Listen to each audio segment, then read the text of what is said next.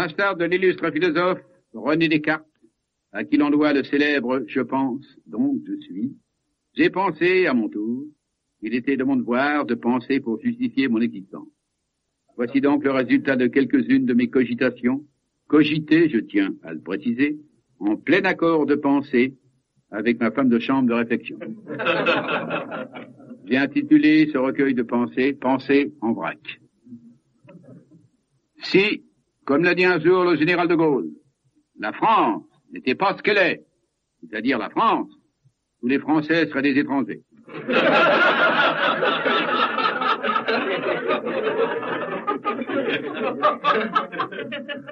Si, comme l'a dit également, à peu de choses près, et un autre jour, le général de Gaulle, les choses étaient autres que ce qu'elles sont, c'est-à-dire ce qu'on voudrait qu'elles soient.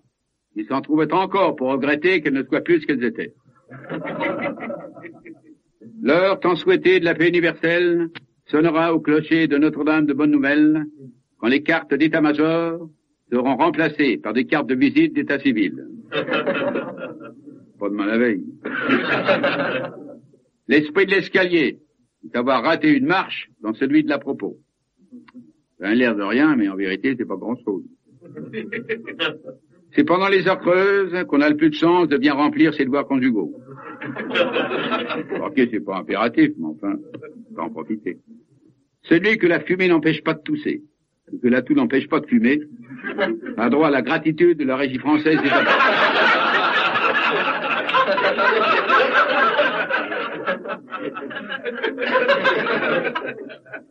La véritable modestie consiste à ne jamais se prendre pour moins que ce qu'on estime qu'on croit qu'on vaut. Ah ouais, celle-là est pénible. Celui qui est à bout de force, parce qu'il est à bout d'arguments et à bout de ressources, est heureusement, pour lui, pas au bout de ses peines. Comme l'avait judicieusement remarqué récemment le préfet de police, le jour où il y aura moins de gens dans la foule, il y aura de la place pour tout le monde.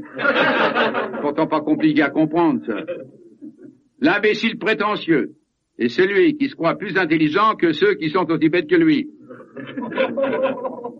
En politique, parler pour ne rien dire et ne rien dire pour parler sont les deux principes majeurs de tous ceux qui feraient mieux de la fermer avant de l'ouvrir.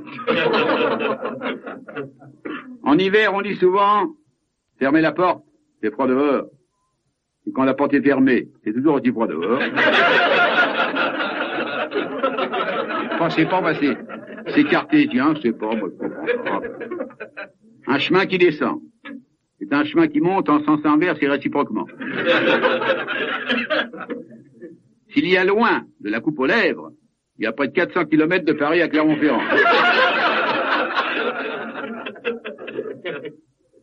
L'homme vraiment courageux, c'est celui qui se couche à côté de son travail, histoire de prouver qu'il n'a pas peur de lui. En matière de politique sociale, les pouvoirs publics disent qu'il faut s'entendre pour se mettre d'accord. Le patronat de droit divin dit non. Le jeune patronat dit oui. Le contrat social des conventions collectives dit il faut voir pour se rendre compte. Les centrales syndicales disent c'est tout vu, les comptes sont rendus. Et la classe ouvrière dit merde.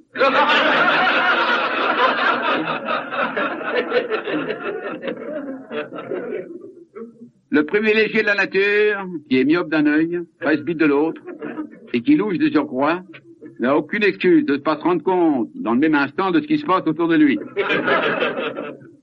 L'homme accompli et complet est celui qui sait suffisamment se retourner dans la vie pour faire face au risque de se trouver nez à nez avec ce qu'il a dans le dos. Ce qui n'est pas tellement commode, faut le dire. Moins d'être acrobate. Dieu, c'est le président de la Société des auteurs de l'homme. Qu'on le veuille ou non, une paire de chaussures neuves ne remplacera jamais un chapeau, même usagé pour se boiter.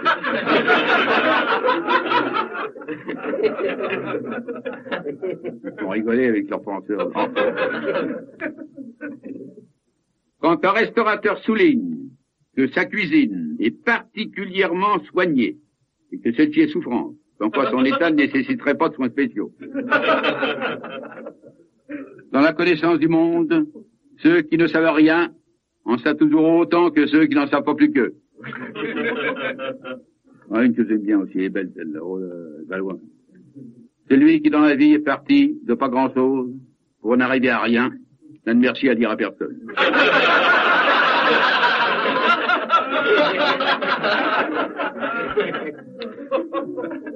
À l'éternelle question, qui sommes-nous?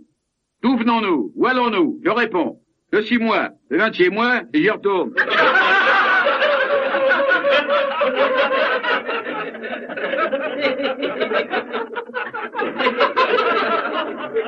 Je vais boire un coup, attendez.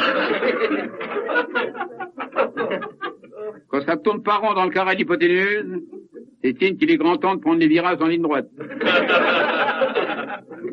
C'est, comme le dit un faux proverbe, le malheur des uns fait parfois le bonheur des autres, le malheur de tout le monde ne fait plaisir à personne. Quand le pifomètre est au variable, c'est que le contraceptif est sous le paillasson.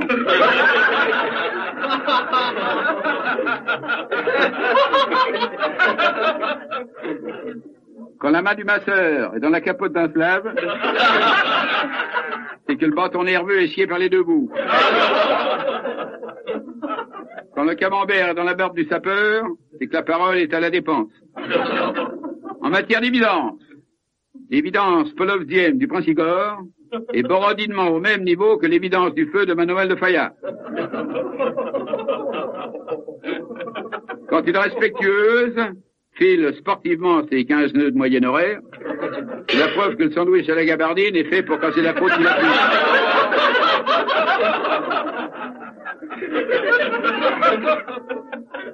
Si un bon averti en vaut deux mauvais avertis veulent pas grand-chose. Tant que le briefing restera dans le garde-manger, ce qui s'est passé l'année dernière à Marienbad ne se renouvellera pas l'an prochain à Jérusalem.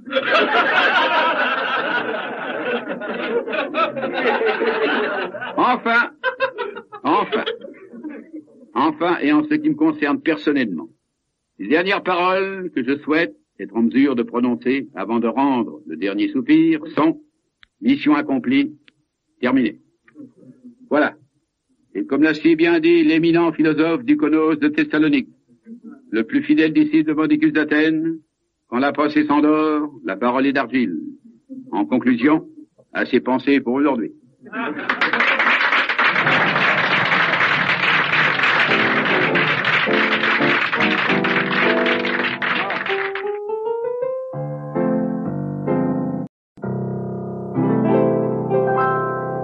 Vous savez que la littérature policière, et en particulier celle de la série noire, prend chaque jour davantage une audience plus grande auprès du public. Or, j'ai trouvé un roman feuilleton policier inédit. Je vais vous en donner quelques extraits, parce qu'in extenso, bien sûr, on n'en finirait pas. Alors voilà, quelques extraits du dernier roman feuilleton policier du célèbre écrivain anglo-saxon James Daniel Mohammed Kashmir. Passe la poigne miniature. Traduit de l'américain et en correctionnel par Jérôme Boniface de Rapp. Résumé des chapitres précédents. Johnny Canagan, le célèbre détective privé, reçoit un jour un étrange coup de téléphone d'un mystérieux inconnu qui lui donne rendez-vous dans la pièce à côté. Méfiant, Canagan laisse tomber. Et se faisant passer pour son propre beau-frère, il entre en rapport avec un nommé Dick Slagan, surnommé dans les milieux bien pensants Jubilo les Grandes Orgues, dont la sœur Chelly est la maîtresse de Jack Liggins, le chef du gang des tractions à vapeur de sinistre réputation. C'est à ce moment qu'intervient un certain Gonzalez, entrepreneur de raz-de-marée au service d'une puissance étrangère, dont la fille Dolores entre au couvent par une porte et sort par l'autre. Chapitre 23. Johnny Canagan est assis à son bureau. Son mâle visage porte les stigmates de la fatigue, mais toujours élégant. Il a les traits tirés à 4 épingles. Bérénice, sa secrétaire, se tient debout devant lui, avec sous le bras une serviette éponge bourrée de documents. « N'avez besoin de rien, lui demande-t-elle. »« Non, merci. »« Très bien, je vous l'apporte tout de suite. » Et elle sort, en fredonnant la dernière scie en vogue à Broadway. « Si tu n'en veux pas, je la remets dans le plan Marshall, ça ne mange pas de biscotte. » Chapitre 16. 2 heures plus tard. Johnny Canagan pénètre à pas feutrés dans la villa My God Last Night. Ce qui, en français et en arabe, peut se traduire par « montre-moi ton lino, je te ferai voir ma moquette ». Promenant dans l'ombre, le faisceau lumineux de sa torche électrique, il découvre, tapis dans une encoignure, sa secrétaire Bérénice. Qu'est-ce que tu fous là, lui? Je prépare mon trousseau. Personne dans la maison? Si. Qui? Vous et moi. Chapitre 203. Johnny Cunningham arpente nerveusement son bureau. Il ronge son frein à tel degré qu'il a fallu à 3 reprises en changer la garniture. Une fille qui vous demande, annonce Bérénice. Elle a entré. La fille, c'est Judy, la maîtresse de Jack Higgins. Un beau châssis, avec des pare-chocs où il faut. Hello, fait Johnny. Qu'est-ce qui t'amène? Un taxi. Je vois. Et alors, Johnny, il y a longtemps que je voulais te le dire. J'étais dans les hormones. Non, j'en ai marre de Jack Higgins. Et si tu veux la voir, je peux te dire où il est. C'est bon, on verra. Seulement, je te préviens. Si jamais tu essayes de me doubler, oh, Johnny, tu me connais mal. Et il ne tient qu'à toi de me connaître davantage. Ça va, on en reparlera. Johnny, roucoule-t-elle, tu ne veux pas que nous deux... C'est pas le moment, dit-il en se dégageant. Oh, tu sais, fait-elle vexer. C'est pas tellement pour la bagatelle. C'est plutôt histoire de prendre quelque chose avant de sortir. Ah bah, c'était en plein hiver, il faisait froid. Chapitre 49. Dans une pinède, en Californie. Cunningham, pour teinter Jack Higgins, a posté un peu partout des hommes à lui, camouflés les uns en nouveau-nés qui se portent mutuellement sur les bras, et les autres en pain maritime. Un de ces derniers porte un bracelet-montre à un bourgeon. Cunningham s'en approche et dit « Vous êtes un vrai pain ou un faux pain ?»« Je suis un faux pain, répond le pain. Je suis l'inspecteur X au bacon, qu'on a pain en pain, suivant vos instructions. En somme, faites Johnny, vous êtes un pain-pain. À vos ordres, fait le pain, en essuyant la rétine qui coule de son front. Chapitre 146. À proximité d'un pavillon isolé, au milieu d'un pâté de maison en croûte, Johnny Cunningham est à l'affût, dans un chant grégorien, derrière une haie de steeplechase. Le silence est absolu, total, inquiétant. Tout à coup, des chuchotements, des craquements, des pas furtifs. Cunningham, alerté, les muscles tendus, se ramasse, sur lui-même d'abord, et dans le caniveau. Car un type vient d'y placer une droite capable de mettre à gauche tout ce qu'il avait devant lui. Chapitre 2. Le même soir, dans la banlieue de Brooklyn, près d'un pont de chemin de fer qui enjambe le canal, l'endroit sinistre est complètement désert. 2 policiers en uniforme font une ronde en se tenant par la main. Sale coin, fait l'un. À qui le dites-vous, fait le second. Mais à vous, mon vieux, puisqu'il n'y a personne d'autre. Soudain, un brutal coup de frein, le bruit d'une portière qu'on claque, une rafale de mitraillettes et un corps violemment projeté atterrit à leurs pieds. Oh oh, fait le premier. Les Maccabées volent pas ce soir. Ouais, signe d'orage, fait le deuxième. Il y a un papier d'épinglé sur la poitrine du type. Voyons. Oh oh, quelque chose d'écrit. Quoi donc? Voyez vous-même. Merde pour celui qui le dira. La suite un de ces jours.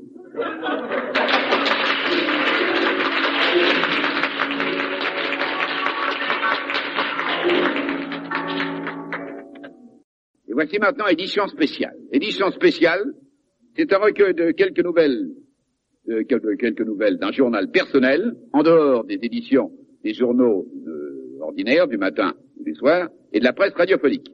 Tout dans cette édition spéciale, je tiens à le vous préciser honnêtement, n'est pas rigoureusement exact. Enfin, ce qui est faux là-dedans ne l'est pas beaucoup plus que ce qui est vrai dans les autres. Par conséquent, on vient de s'en faire. Voici tout d'abord le bulletin de l'ONM. Prévision pour le temps qu'il fera, pour les prochains jours de la semaine. C'est valable pour 15 jours, parce que j'ai pas le temps de refaire ça tous les matins. Nous non plus d'ailleurs. De nuageux, à pas très beau. De pas très beau à plutôt moche, et de plutôt moche à franchement tard. Avec ciel généralement couvert, se découvrant progressivement devant les enterrements et les cortèges patriotiques. Température probable. Sous le bras, 37,6. Sous la langue, 38,2. Ailleurs, suivant le cas. Enfin, ça se réchauffe. Or, voici l'horoscope. Pour demain. Journée généralement confuse, indécise et quelque peu contradictoire. Sur le plan des affaires, celles-ci seront assez bonnes pour ceux qui n'en feront pas de trop mauvaises, plutôt mauvaises pour ceux qui n'en feront pas de bonnes, et stationnaires pour ceux qui n'en font pas du tout. Dans le domaine sentimental, selon que vous serez puissant ou non, les plaisirs de l'amour seront à la mesure de vos possibilités. Les enfants nés ce jour seront, à de rares exceptions près, de sexe correspondant à leur conformation génitale. Voici les courses des marchés. Côte des viandes, cours du bœuf, bœuf sur pied, le kilo, 492,45. Bœuf à genoux, la pelletée, 2,50 $. Bœuf à plat ventre, le cornet, 12 copecs. Bœuf à cheval, la courbe, 15 francs. Cours du veau, veau roulé, le rouleau, 285 francs. Veau piqué, à la main, le carré, 126 francs. Veau piqué à la machine, l'entre-deux, 89,50. Veau mort-né, le faire-part, 28 sous.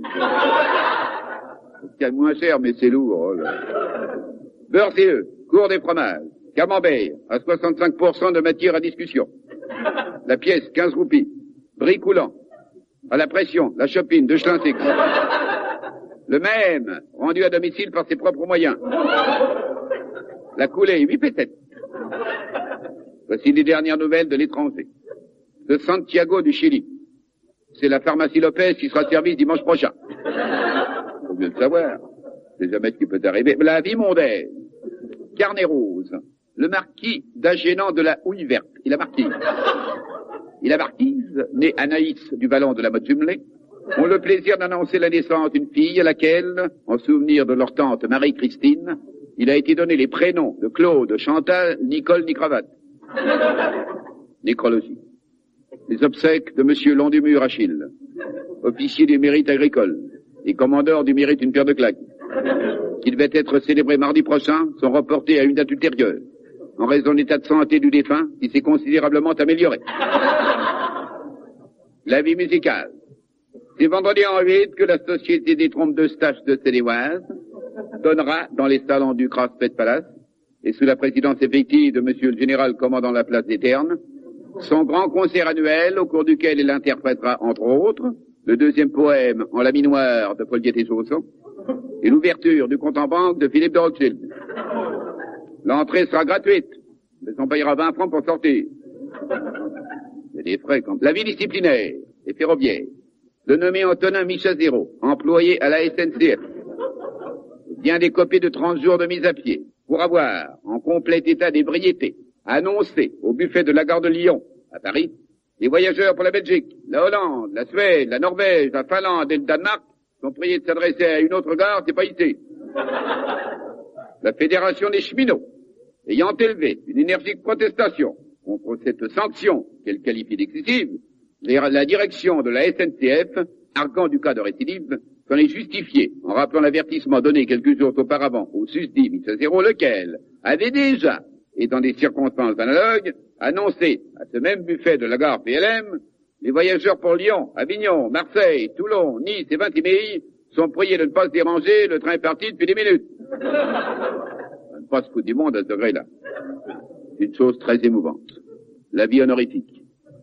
Monsieur le ministre de l'Éducation nationale vient d'épingler la médaille de la reconnaissance de l'humanité souffrante, en récompense de 30 années de bons et loyaux services, exclusivement consacrés à la propagande de la galanterie française, sur la généreuse poitrine de mademoiselle Gertrude de Bouffémont, courtisane diplômée, ancienne élève de l'école polygénito-technique, licenciée estibido, agrégée sciences érotico-licencieuses, record woman du monde d'endurance et de vitesse, avec 45 clients de moyenne horaire, et championne internationale de baseball. Le ministre a rappelé, au milieu de l'émotion générale, son héroïque conduite sous l'occupation qui lui valut à la libération d'être cité à l'ordre du jour de la voie publique avec les motifs suivants. Magnifique manieuse d'homme, a pendant 4 ans, et à l'aide de ses seules armes professionnelles, contribué de toutes ses forces et de tout son courage à la défaite de l'ennemi, n'a pas hésité à contracter volontairement une grave maladie, grâce à laquelle elle a réussi, par voie secrète de contamination, à mettre hors de combat les effectifs de 6 bataillons de la Wehrmacht. C'est tout de même quelqu'un. Et enfin, extraite de la rubrique des petites annonces, les 3 petites annonces suivantes. Courses et leçons. Apprenez l'équitation par correspondance. Pour le galop, se référer à la brochure concernant le trot, mais en la lisant 3 fois plus vite. Mariage. Jeune femme, grande, distinguée, excellente éducation. Actuellement dans position intéressante. Épouserait monsieur. Situation en rapport. Enfin, appartement.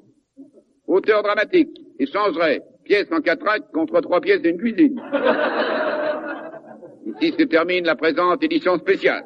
J'ose espérer qu'elle aura pu utilement vous renseigner. Merci pour votre aimable attention. Et la suite au prochain numéro.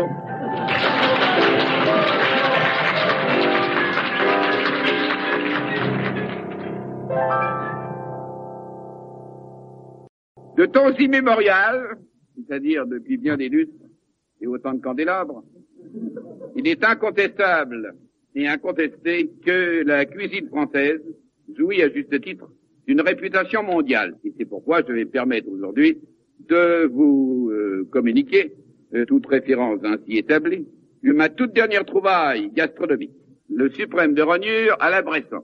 Tout d'abord, voici les ingrédients qu'il convient pour faire le suprême de rognure à la Bressan.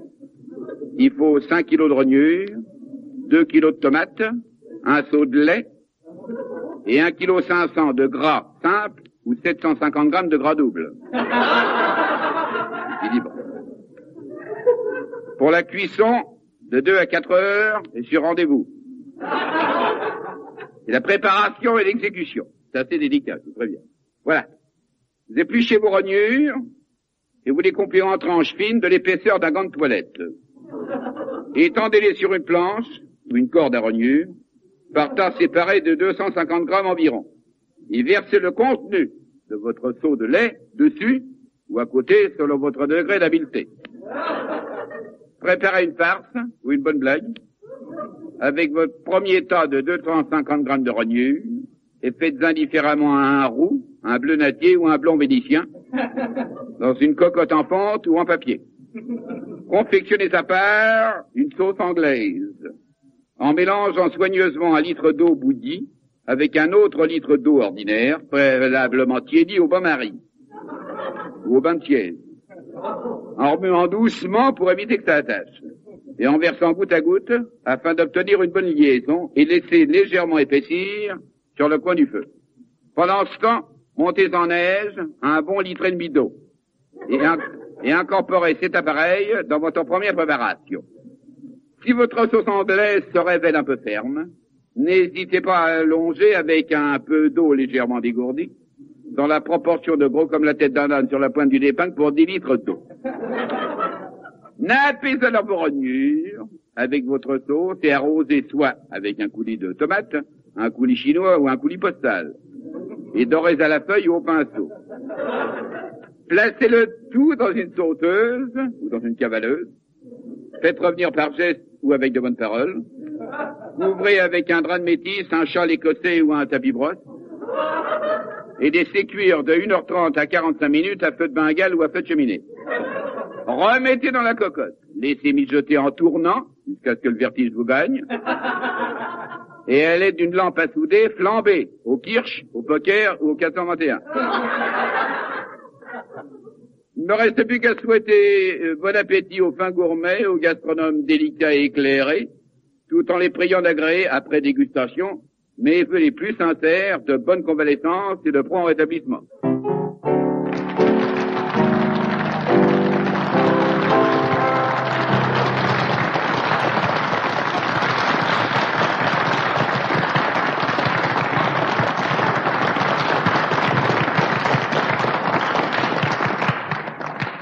Je vais profiter de l'occasion qui m'est offerte, à des conditions d'ailleurs extrêmement avantageuses, pour vous dire un nocturne. Il y a une raison évidemment à ce nocturne. Il n'est pas un nocturne sans raison, et la raison est la suivante. Depuis que le regretté Frédéric Chopin a été prématurément enlevé à l'affection des siens et la considération des commerçants de son quartier, on ne fait pour ainsi dire plus de nocturne en France. C'est extrêmement grave, car un pays sans nocturne, qu'on le veuille ou non, est, un jour ou l'autre, irrémédiablement voué à l'obscurantisme le plus total. Et pourquoi? Pour lutter contre cette situation absolument regrettable, J'ai donc écrit ce nocturne que je vais vous dire, et que j'ai intitulé, après beaucoup d'hésitation d'ailleurs, Nocturne.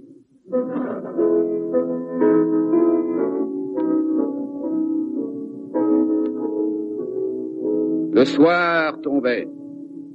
Il tombait bien d'ailleurs. Et juste à pic, pour remplacer le jour dont le rapide déclin laissait à penser qu'il ne passerait pas la nuit. À l'horizon, dans une apothéose de gloire comparable à celle de la sécurité sociale, le soleil se couchait. C'était un vigoureux coucher de soleil.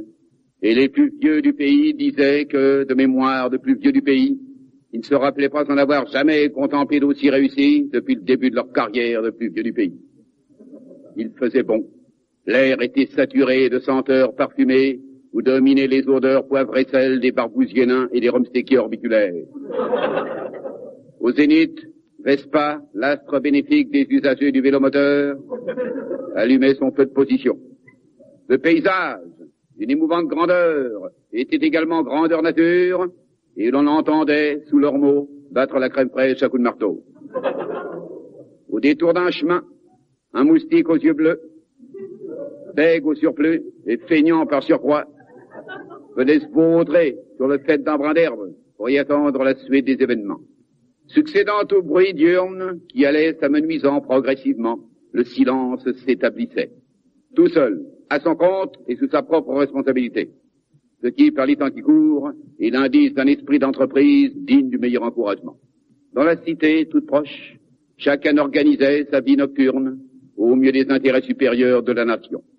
À la lueur d'un réverbère, deux ivrognes échangeaient des vœux à l'occasion de la nouvelle lune, tandis qu'un fils de famille dévoyé préférait s'engager dans une rue adjacente plutôt qu'à la Légion étrangère. Assise sous la lampe, une jeune femme qui attendait du monde se tirait les cartes de visite. Une autre, en instance de voyage, se faisait les cartes Michelin. Et une troisième enfin, qui attendait un enfant, s'apprêtait à aller le chercher à l'autocar de 22 heures. Dans sa mansarde, un étudiant qui préparait sa licence de lettres compulsait fébrilement les textes des grands philosophes depuis l'époque de Confucius jusqu'à mercredi en 8. Sur sa table de salle à manger, un monteur en chauffage central qui avait apporté du travail à finir à la maison, terminait le rivetage d'une chaudière au mazout. Dans un fauteuil empire, et en rêve s'imprimait, un vieux bibliophile lisait Les bricoleurs de la foi, le dernier ouvrage de M. François Mauriac de l'Académie française, préfacé par Zapimax et illustré par Dubout. C'était un pauvre vieillard, la moustache coupée au ras du sol, la barbe taillée à la blanquette à l'ancienne. Il entrait dans sa 81e année, mais admirablement conservé, il en paraissait à peine 82. Enfin, dans une brasserie, un colonel en traite soupirait mélancoliquement. Avoir commandé un régiment, vous connaît-il, et se voir réduit à commander une choucroute, quelle dérision. Et le temps passait, et les braves gens s'endormant, les uns sur le dos, les autres sur le rôti, songeaient que tout compte fait, tout n'était pas si mal dans ce meilleur des mondes possibles, en regrettant, toutefois, que dans l'ensemble, les possibilités soient tellement limitées.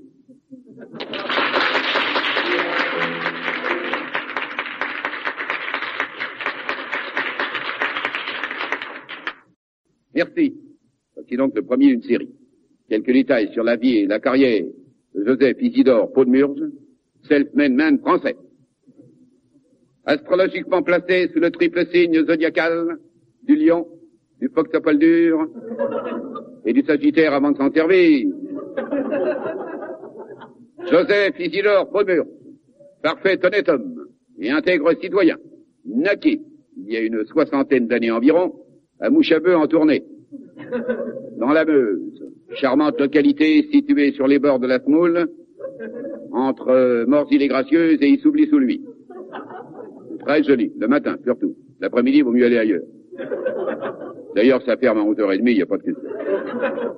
Quoique étant incontestablement de souche lorraine, un léger doute subsiste néanmoins quant à la pureté de son ascendance, puisqu'il est savoyard par sa mère et auvergnat par un ami de son père. Ça, on n'y peut rien, ce sont des histoires de famille, bien sûr.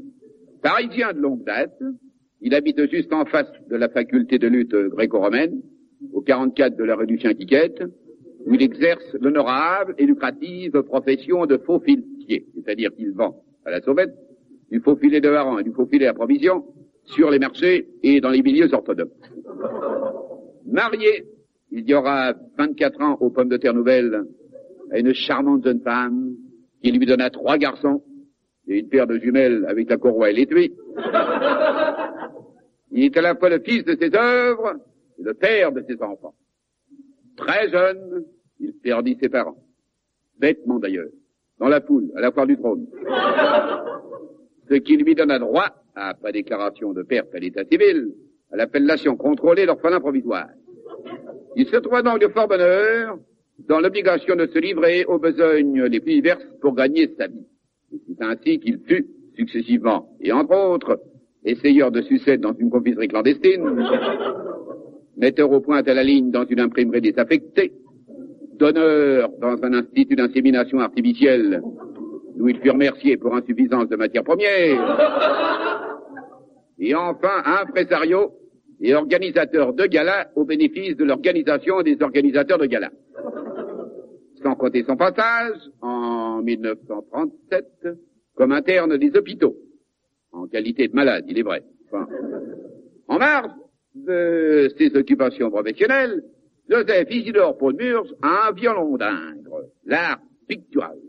Paysagiste distingué, on lui doit, en dehors de certaines sommes d'argent qu'il a bien du mal à récupérer, quelques œuvres intéressantes, dont notamment une ravissante peinture à l'huile, et au vinaigre, intitulée Matin d'avril, et qui représente, au saut du lit, un joyeux boulevardier, élevant l'extrémité de sa chemise de nuit à la hauteur de son front, en ayant l'air de dire « Je ne sais pas ce que j'ai dans l'œil ».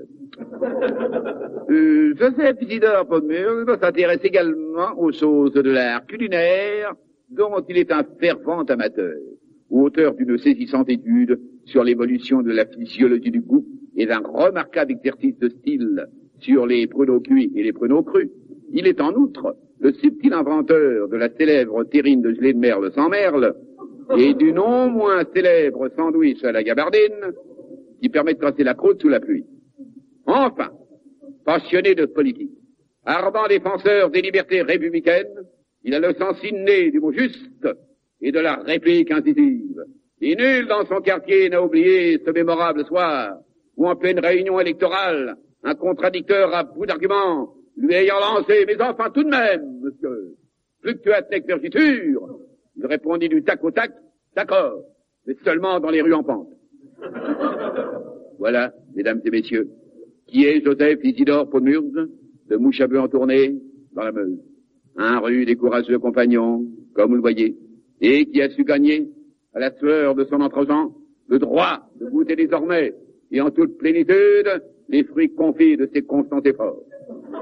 Aussi qu'il me soit permis de saluer en lui l'un de ces modestes et vaillants pionniers, qui jour après jour, et par la seule force de leurs ancestrales vertus, forgent silencieusement le fier levain, qui demain, ou après-demain plus tard, fera germer le grain fécond du ciment victorieux, au sein duquel enfin sera ficelé, entre les deux mamelles de l'harmonie universelle, la fraternelle clé de voûte qui ouvrira deux battants la porte cochère d'un avenir meilleur sur le péristyle d'un monde nouveau.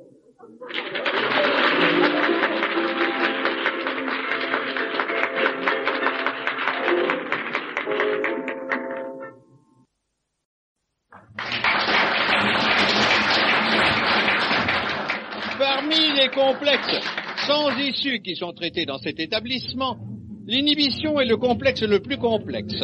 Le voici stigmatisé dans une scénette bien parisienne intitulée « Le dernier salon où l'on ne cause pas ».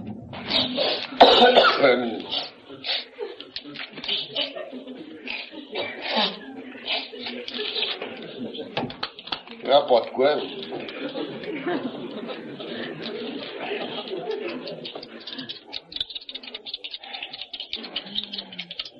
Et non, Vous savez que... je suis au courant, oui. Il paraît même que... Je sais. Ah bon? Qu'est-ce qu'on peut faire contre ça? Ben, on pourra... Ah oui, à la rigueur. Si on veut. Oh là, quoi qu'à la réflexion, hein. Évidemment, quand on va au fond des choses... Ouais, on y reste, oui. Enfin, oui, c'est comme ça, oui. Et passe autrement. Non.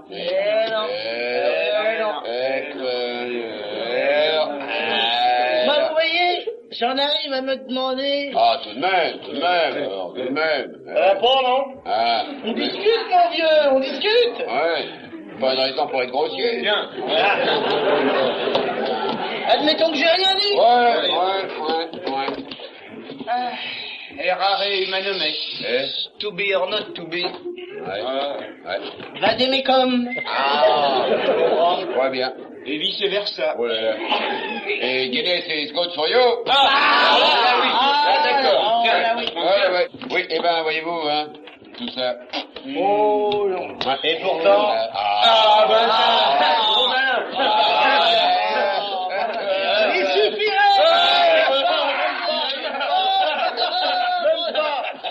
Seulement, hein. Toujours la même chose. Vous pensez bien voyons. Ça serait trop simple. Bien. C'est trop simple. Enfin. Que voulez-vous, hein? Eh oui, bien sûr. C'est la vie.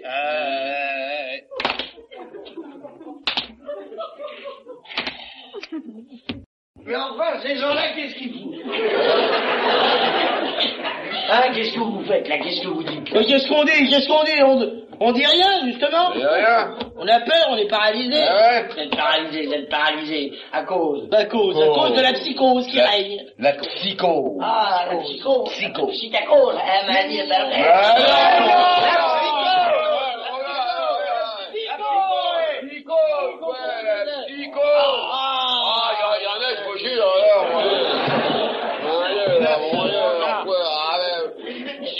La psychose, cette psychose abjecte. Oui, terrible psychose, qui nous ronge le moral. Nous avons d'ailleurs décidé, le gars Trouillard et moi, de stigmatiser en une cantate intitulée Psychose, toujours. m'intéresse. On y va, oui. Partez le premier jour, soir. Bon. Oui, ça va, on y va. Psychose par-ci, psychose par-là, il y a la psychose en bas qui a l'appel ou en retard. La psychose est partout, la psychose est en eau, qui nous obsède de tous côtés par tous les bouts. On ne peut plus discuter, on ne peut plus converser, sans que par la psychose, on soit à le cliquer. J'endoissement en douceur, je glissant au cœur, comme dans la spéciale drôle de ma sœur. Mais direz-vous, au fond, qu'est-ce que c'est que la psychose? En vérité, la psychose, c'est une drôle de chose. C'est un truc purement cérébral qui vous ratatine le moral et qui vous déminéralise les amygdales. Les effets de la psychose sont à ce point délétères, qui transforment votre virilité en serpillière, et vous mettent dans la tristesse, qui n'aurait plus de machine au jaune ni de truc au matin. La psychose est un mal, pernicieuse et fatale, ceux qui en sont atteints n'ont plus de voir rien. Les rotettes à la main, ils attendent chaque matin. La guerre, la peste, la cataclysme, un coup de chien. C'est leur combat, ils s'en vont pas à pas, se rouler dans la mer, t'imagines le cadenas. Qu'on t'attend de soupirer, j'ai mérite constater qu'il y a de quoi s'affadrer, ça va recadrer. Et évidemment, vous nous direz que la psychose n'est que le reflet de notre époque qui n'est pas rose. Et c'est une raison pour abdiquer, se laisser influencer, pas des fantasmes, pas d'éventuels dangers. Non. Ouais. Nous soyons trop commandés à ces pessimistes de méditer la porte-parole du salmiste qui vont faire rapide mais que dans toute société, rien ne se produit tant que rien n'est arrivé. Solo. Alors nous indéfiniment. Ah, il y en a, je vous jure, alors nous indéfiniment toujours nous faire du mauvais sang, on risque d'être peu à peu de véritables bâtons nerveux. Faut réagir violemment et se remettre dans le mouvement sous peine de rester du carreau et de se coincer les fesses en chaud. On ne se passer les narines et s'y rouler dans la farine, respirons donc à plein poumon les retours de la reconstruction. Il n'y a pas de meilleur moyen pour nous de sortir du pétrin et nous mettre en seul endroit chemin. Ouf, merci. Il n'y a pas de quoi. Bref, il devient urgent de prendre part et de tenir par les bancs afin que conjointement on puisse neutraliser, vachement balayer, c'est la psychose qui empoisonne. Le Figaro. Et non, l'humanité. Car entre nous, soit dit, quand on y réfléchit, c'est une bombe atomique à nous aplatit. Sincèrement, et une bonne fois, je dis ni vous ni moi qui l'empêchons de nous transformer en risque de trois. Alors, pourquoi céder dans la détresse? Faut-il pas mieux cesser à aller en allégresse et s'en aller au fil de l'eau, se faire entendre sous leur les fermiers mettre la crête de chaque tarteau. En attendant d'avaler depuis ta naissance, tâchons plutôt de bien profiter d'existence. La vie est brève, on apprend à la sauver le cas, et plongeons dans l'avenir la main dans la main. Assieds-toi.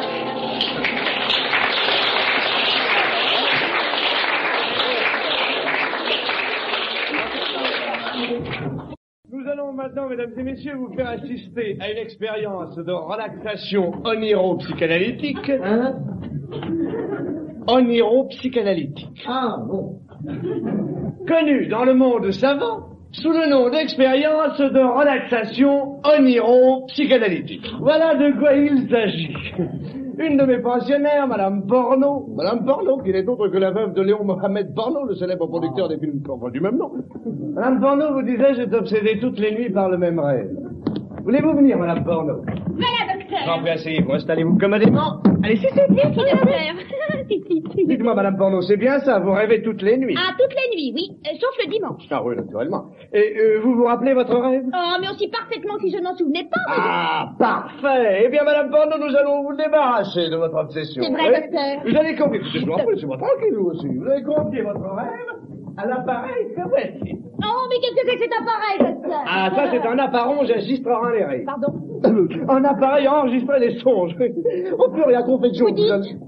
au fur et à mesure que vous allez le raconter, votre rêve va se matérialiser. Alors je pourrai l'analyser, l'observer, et en découdre les inclinaires qui potions. Et en déduire les conclusions qui s'imposent. Alors laissez-vous aller, détendez-vous, faites-moi ça calmement, Je vous faites-moi ferai ça ça calmement, lentement. oui, docteur. Hein, doucement. Détendez-vous, laissez-vous calmement. Calmement. Mon rêve commence par une musique étrange, bizarre, cruelle, barbare et sensuelle tout à la fois. Je suis dans une région affreusement désolée. Il fait un froid terrible, inhumain. Soudain, j'aperçois deux hommes qui se ressemblent comme deux gouttes de vin ressemblent à un quart de beurre. Eh ben, c'est pas pour me vanter, mais il fait pas chaud. Il fait combien? 30 au-dessous. Au-dessous de quoi? Au-dessous de tout. Les nuages sont bien bons. Oui. Ils passeront pas la nuit. Je le crains. De cheval. Quoi? Rien. Mais enfin, où est la plage? Eh ben, qu'est-ce qui vous prend, vous? Qu'est-ce que c'est que cette tenue? Pardon, je me suis trompée de rêve. Dommage. Le vent souffle, le froid redouble à tel degré que tout le liquide au contact de l'air glacé se solidifie instantanément. Oh, ce chien qui hurle à la mort! Mais pourquoi hurle-t-il ainsi? C'est un pauvre chien qui, surpris par le froid et ayant levé la patte contre un mur, est obligé d'attendre le dégel pour pouvoir s'en aller. Moi, ça m'est arrivé.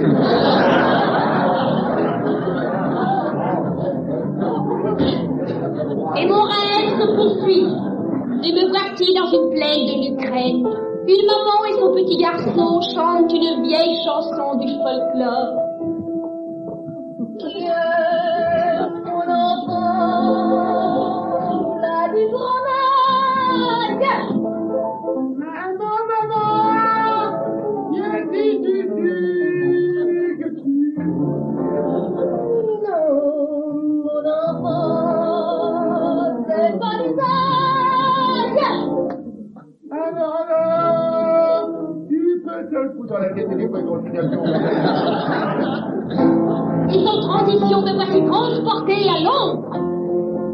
Ici, Londres, capitale du Royaume-Uni. 4 397 000 habitants, y compris les 8 203 000 de son agglomération. Or, sur la Tamise, ses diplomates, sa garde à poil, sa cité, ses monuments, sa cuisine à l'eau. Un brouillard d'une exceptionnelle intensité enveloppe la ville d'un angoissant linceul. Le silence est absolu, l'obscurité totale. Soudain, à l'intersection de Spootspoon Street et de Giles Bromwell, Gavin! Qui a poussé ce cri?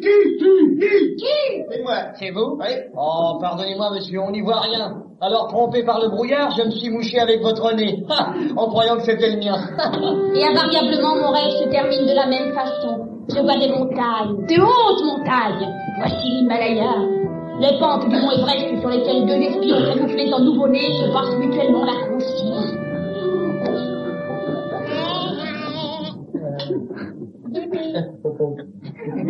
Quelle heure est-il? L'heure que vous voulez. Alors j'avance. Dans ce cas, je retarde. Ça nous fait quelle heure au juste? 12h05. 12h05. Dans 1 minute, ce sera l'heure de Catherine.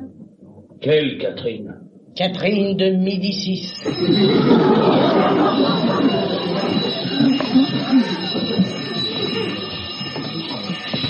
Eh bien, Madame Bordeaux, comment vous sentez-vous maintenant? Bien, docteur, Ah, très oui. bien. Ah, tant mieux. En pleine faux plat. Pardon? En pleine euphorie. Oh, parfait. Eh bien, Madame Bordeaux, merci mon ami. Madame Bordeaux, votre rêve est tout simplement d'origine digestive. Ah, oui. Il faudra surveiller votre alimentation. Oui. Dorénavant, à l'exception des haricots secs, des lentilles et des pois cassés, les féculents vous sont formellement interdits. Et les féculents vous sont formellement interdits. Ah, mais je n'en mange jamais, docteur. Raison de plus pour les supprimer, je dois vous Voilà. Au revoir, docteur. Ainsi se termine, mesdames, messieurs, notre petite expérience de relaxation oniro-psychanalytique.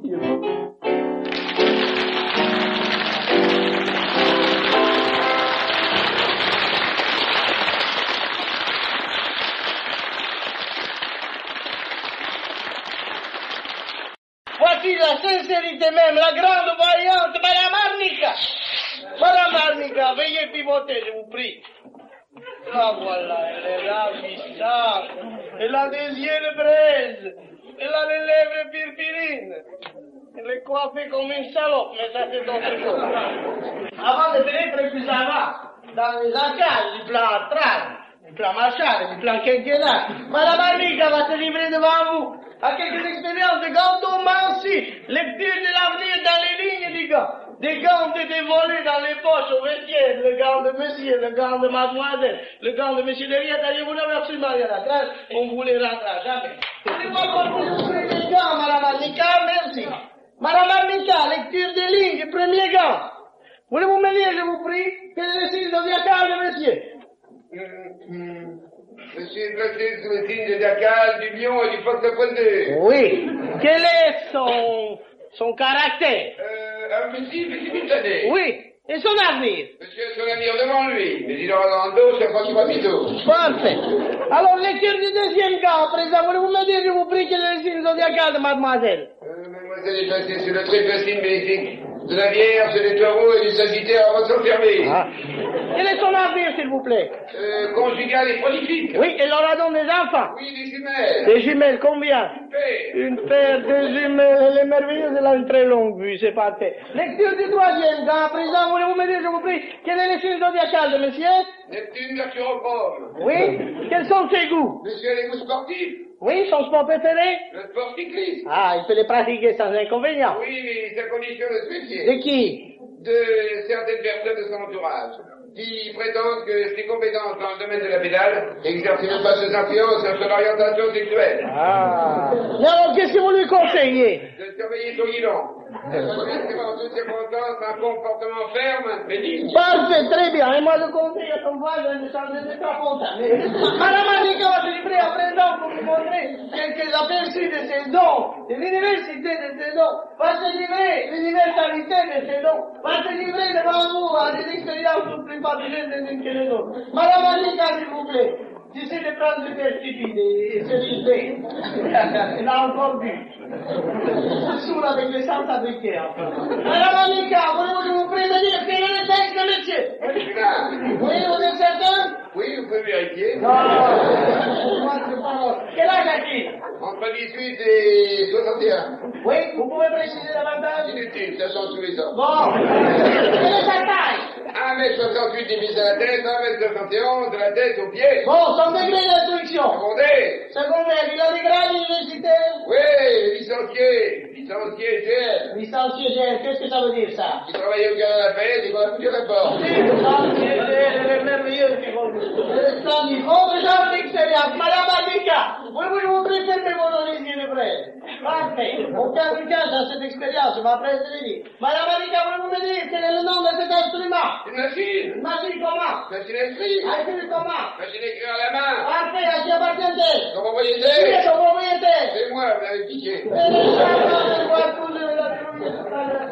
Madame Annika, autre expérience, pouvez-vous dire le numéro de la montre de monsieur? Oui. Vous pouvez le dire? Oui. Vous pouvez le dire? Oui. Elle peut le dire, c'est splendide, bravo! Autre expérience, Madame Annika. Voyons, qu'est-ce que vous pouvez me dire à présent? Oh, que vous savez pas votre tête. Non, mais... ça n'a rien à voir avec... C'est rien. Il est tout petit. Que vous êtes intelligent, dites-moi donc ce que je dois vous demander à présent. C'est savoir que je vais répondre. Oui, tout à l'heure. Madame Annika, vous me dire, s'il vous plaît, ça fait bon, vous me dire, Madame Annika, si la personnalité de Madame présente, quelque particularité. Oui, oui, mais de la grande beauté. Ah, vous le voyez? Oui, oh oui, il est bien placé. Ah, où est-il situé? Sur la ville à droite. Sur la ligne à droite, merveilleux, déception dans le public, parfait. Madame Annika, voulez-vous à présent, s'il vous plaît, me dire quelle est la nature du sous-vêtement de monsieur? Monsieur porte un slip. Ah, de quelle couleur? Saumon fumé. En quoi est-il? En slip persévérité. Ah, et de quelle marque? C'est un diesel à percussion centrale. Qu'est-ce que c'est particulier? Oui, il y a quelque chose d'écrit dessus. Ah oui, quoi donc? Suivez la flèche. Suivez la flèche.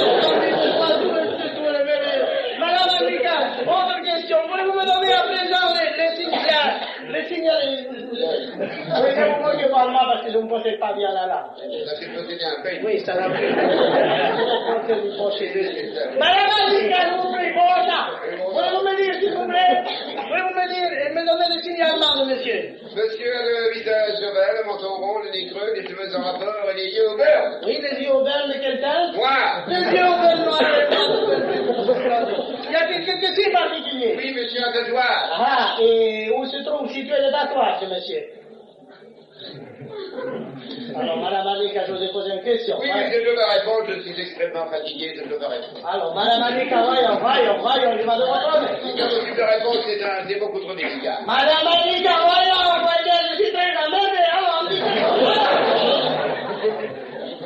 Je me suis situé à un endroit que l'honnêteté, la décence m'interdisent de préciser davantage. Ah, parfait, on a tous compris. Mais alors, dites-moi, quel représente cet tatouage? Ce tatouage représente, enfin, lorsque monsieur est dans de bonnes dispositions, ce tatouage représente d'un côté la cueillette des olives en Provence, de l'autre l'épisode de la prise de la semaine à Abdelkader par les troupes du duc d'Oman en 1843.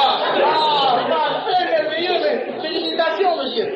Compliment, madame. Madame a de la lecture pour les soirées d'hiver, c'est parfait. Vous n'avez rien à ajouter, Madame Annika? Oui, c'est en couleur. Mais c'est en couleur! Elle est vareuse! Non, je veux dire, pardon, je veux dire, elle est unique. On peut pas l'intérêt de la santé de Madame Annika, ces petites créatures au foie délabré, et surtout dans l'intérêt de votre santé beaucoup plus précieuse encore. Nous ne pousserons pas plus avant cette délicate expérience. N'hésitez pas à faire appel aux dons de Madame Annika, sans préjudice des dons que vous deviez me faire à moi, en espèces seulement. Nous n'acceptons pas l'échec. Madame Annika ayant déjà été entubée plusieurs fois, dans des circonstances qu'elle n'avait malheureusement pas prévues. Merci, cette petite créature, et bravo! Merci, Madame Annika!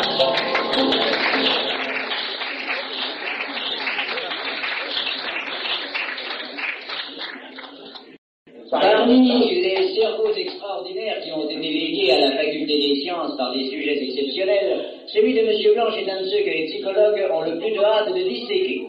En effet, la prodigieuse mémoire de M. Blanche, dont vous allez constater la puissance, déconcerte les savants et bouleverse les notions acquises.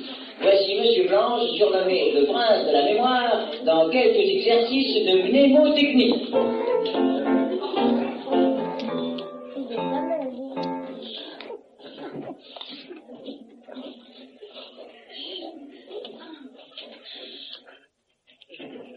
La mnémotechnie. Comment?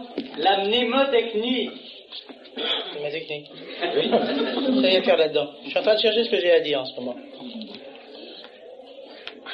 Ah oui,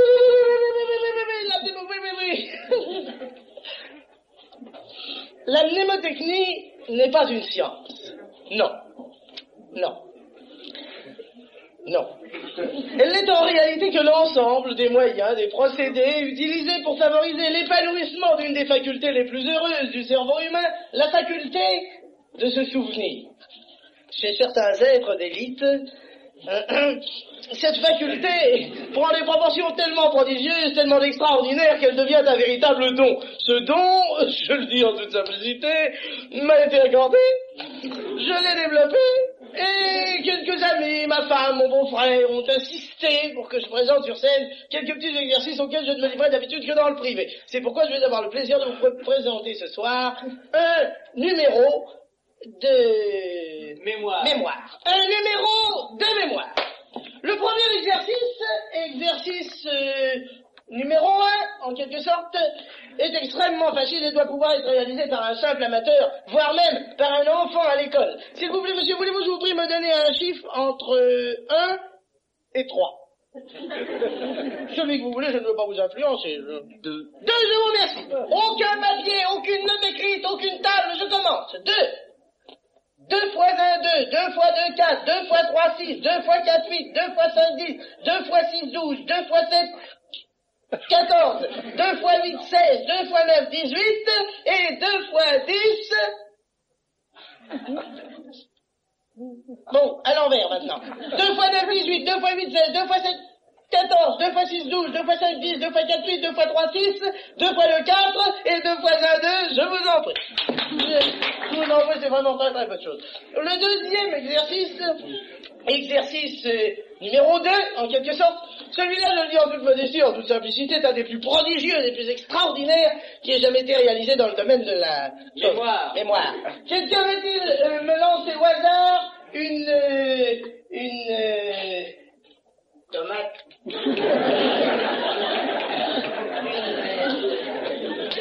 Une lettre, combien une console? Ah oui, aidez-moi, monsieur! Une voyelle, c'est ça, merci. Une voyelle au hasard? Une voyelle?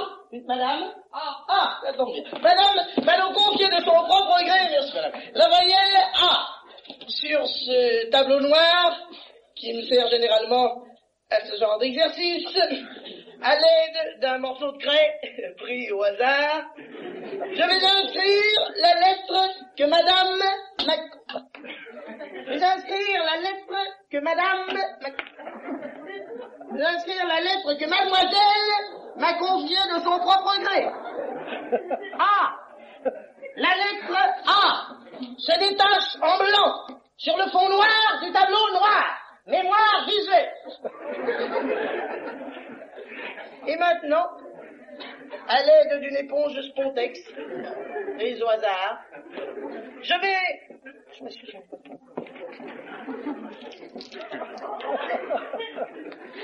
Je vais espacer la lettre, de telle façon qu'il ne subsiste plus au tableau noir aucune espèce de trace visible de la voyelle qui m'a été confiée. Mais, dans quelques instants, la simple vision du tableau ramènera à ma mémoire la vision de la lettre qui y était inscrite. Si vous le voulez bien, oublions tout ça. Parlons d'autre chose, laissons fermenter le subconscient. On m'a souvent demandé comment j'arrivais à donner à ma mémoire. Ne souffle pas tout le temps comme ça, c'est agaçant. Parce que tu me payes. C'est pas une raison. On m'a souvent demandé comment j'arrivais à donner à ma... Je te paye. Mémoire.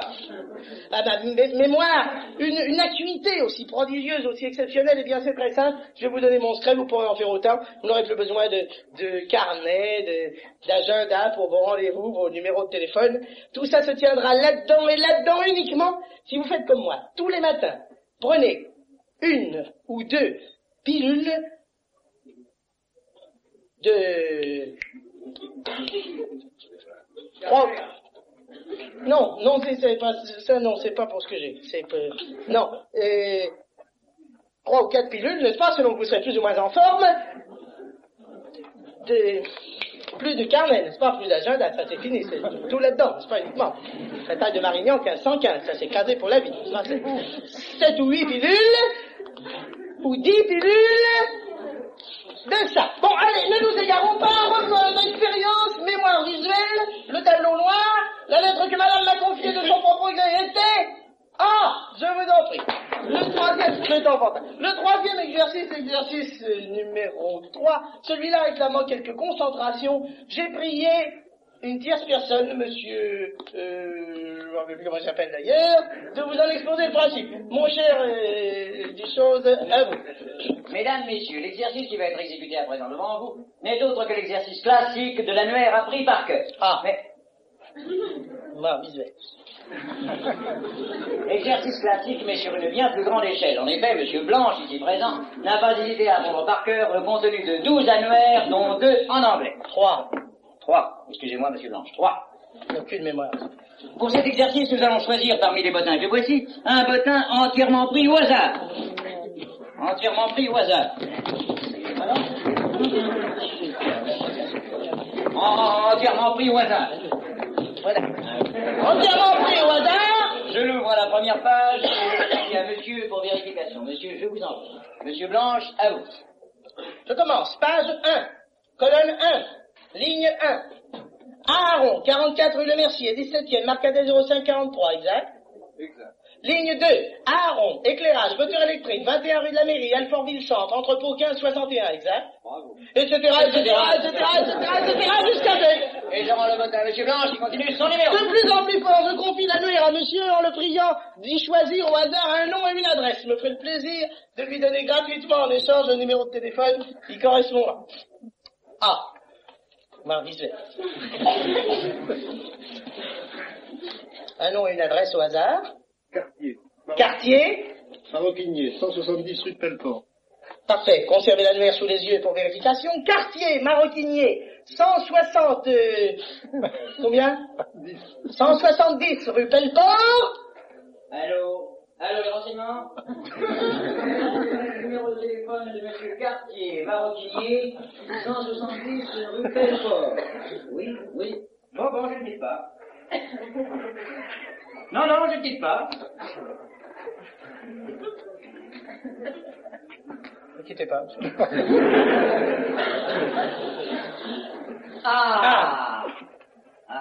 Bon, je ne quitte pas. Ne quittez pas, monsieur.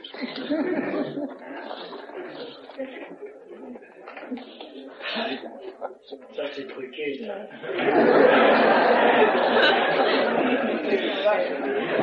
Mano.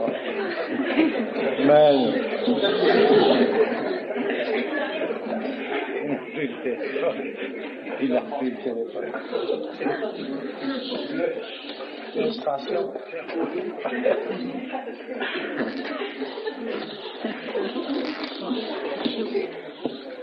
Je suis privé.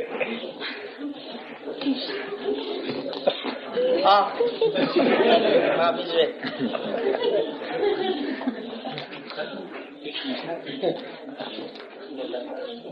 Ça va, toi? Ben oui, Ça va, oui? T'as été chez le dentiste? non, justement, j'ose pas. J'ai un pote, là. Gal. Qui adore ça. T'as été voir mon dentiste, comme je t'ai dit? Non, j'ose pas. Oh, il est bien, tu sais. Il m'a pris 800 balles, le jour qui il m'a... Tiens. C'est mieux en haut. Il m'a tombé une casserole, en plus. Je t'avais pas demandé, d'ailleurs. Toujours avec Suzanne?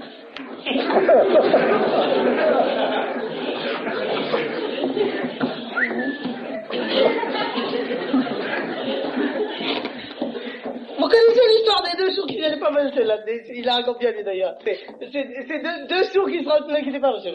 C'est deux sourds qui se rencontrent et il y en a un qui dit à l'autre. Il lui dit comment déjà? Tu fais la pêche? Non, je fais la pêche. Ah bon? Elle est pas mauvaise. Vous allez comprendre. Elle est marrante. C'est deux sourds qui se rencontrent et il y en a un qui dit tu vas à la pêche? L'autre lui dit non, je vais... Où il va l'autre déjà? À la pêche! Non, je l'ai dit à la pêche déjà. C'est drôle. Ah oui, l'autre lui dit non, c'est ça qui est drôle. C'est pas drôle. Ah oui, non, ne t'inquiétez pas. Il lui dit non, je vais à la pêche, c'est ça qui est drôle. Alors le troisième, ils sont deux.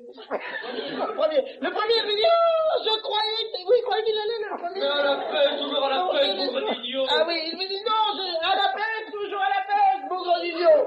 Il est pas amusant comme ça. C'est quand il la raconte, c'est plus animé, c'est ça. Ah, n'inquiétez pas, ça va être. On recommence tout, voilà. C'est 2 jours qu'ils se rencontrent. Il y en a un qui dit, tu vas à la pêche, l'autre qui dit, non, je vais à l'eau. Allô, oui, non, n'inquiétez pas, oui, n'inquiétez pas. On recommence tout. C'est 2 jours, 2 fois 1, 2, 2 fois 2, 4, 2 fois 4, 8, 2 fois 8, 13, 3 fois 12 fois 12, 144, bataille de Marignan, 1515, tu vas à la pêche, oui, non, je vais dans le fils. Tu vas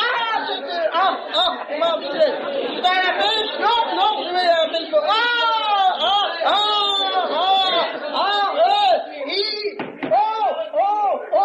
Combien de marins, combien de capitaines, ils sont partis joyeux pour les courses lointaines. Ils allaient à la pêche, eux aussi. Tu vas à la pêche? Non, je vais à la pêche. Merci, mademoiselle. On est allé à la pêche. Revenons à notre expérience de mémoire pure. Quartier maroquinier, 170 rue Pelleport, Maine, ça veut dire Maine. Ménilmontant. Oui, madame. Ménilmontant, 76-75. C'est bien l'exact, monsieur. Je vous en prie.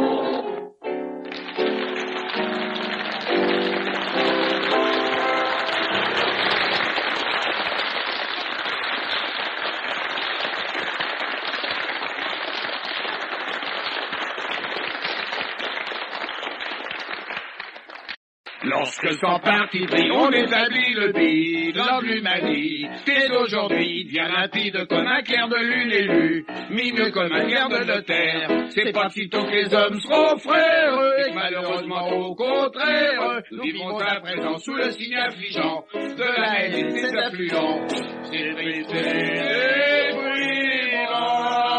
refrain, il y a de la haine partout, il y a de la haine tout autour de nous, surtout partout, tout se passe par en dessous, de mémoire de crainte, jamais dans les yeux, envie d'en regard haineux.